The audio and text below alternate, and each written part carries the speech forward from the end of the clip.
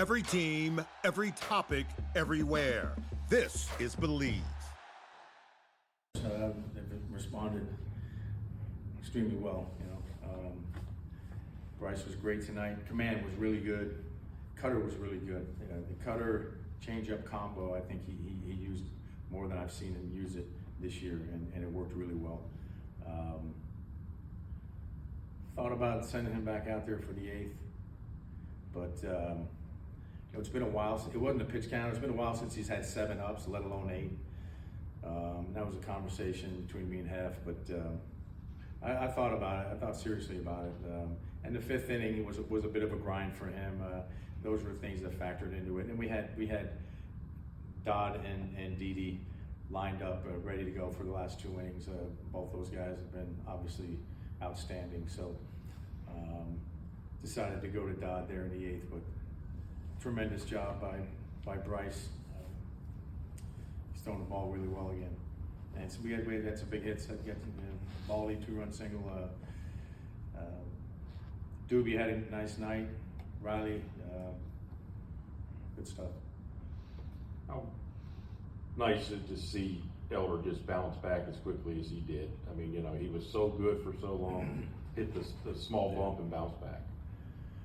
Well, he's very level-headed. You can never tell if he's dealing or he's struggling. And it's literally the exact same guy when you see him in the clubhouse, in the halls. He's a good thinker. He's a good thinker on the mound. He can put together a game plan. He knows how to execute pitches. He knows how to put together sequences. He's got good feel to pitch, and even his velocity will fluctuate a little bit here and there, but it doesn't really matter with him because of the movement and the command and the variety of pitches. He's got a lot of pitches he can throw at you. How about just the team to see how they've come out of the break and just so proud of this group, man. I mean, we coming out of June, playing like we have, responding like we have, getting back to our high water mark as far as being over 500, and we were a long ways away after June. We really fallen back, but here we are, right back where we were when we were playing really well. So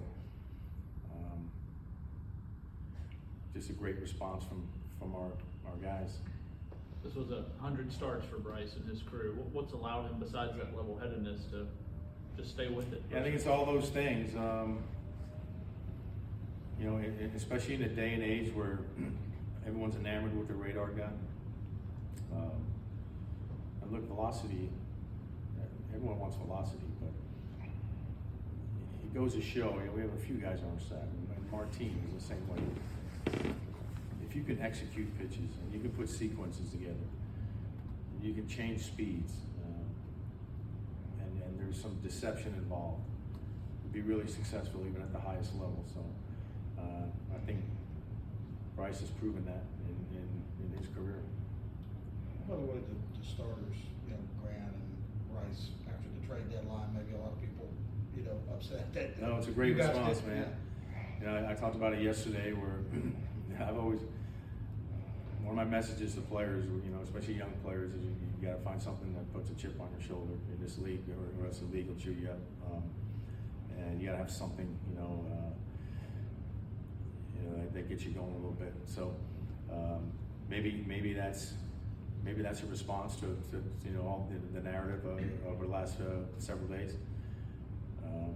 And if it is, great. Like I said, you got to find something that get your juices flowing, and maybe that's it. But if so, it's a great response.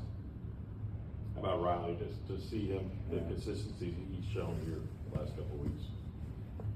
Hits the balls hard again. Got to a really good fastball that he pulled down the line. Some good things happen with Riley, and man, that'd be huge, right? I mean, and there's some consistency with it this time. Just hitting the ball hard and for me, watching him, he's getting his swing off, is what I like to call it. He's getting his swing off. Like he's getting his ace swing off. When guys struggle, they start to feel for the ball a little bit. They get defensive, but it looks like he's getting his ace swing off. That's a really good sign. How'd you like Murphy behind the plate? Yeah, Murph's great, man. He can really manage a game back there, manage a pitching staff back there.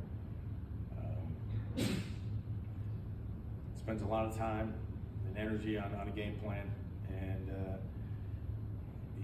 he's a servant leader in that way, where he's a servant for the pitching, for the pitchers, and he embraces that responsibility. He's really good at it.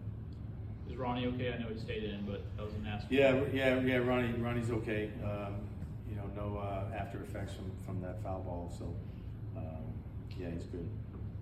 Matt Olson has played in now 896 consecutive games. Can you kind of just put into context just how, one, difficult that is, and two, just his consistency and how he's been able to stay healthy for so long?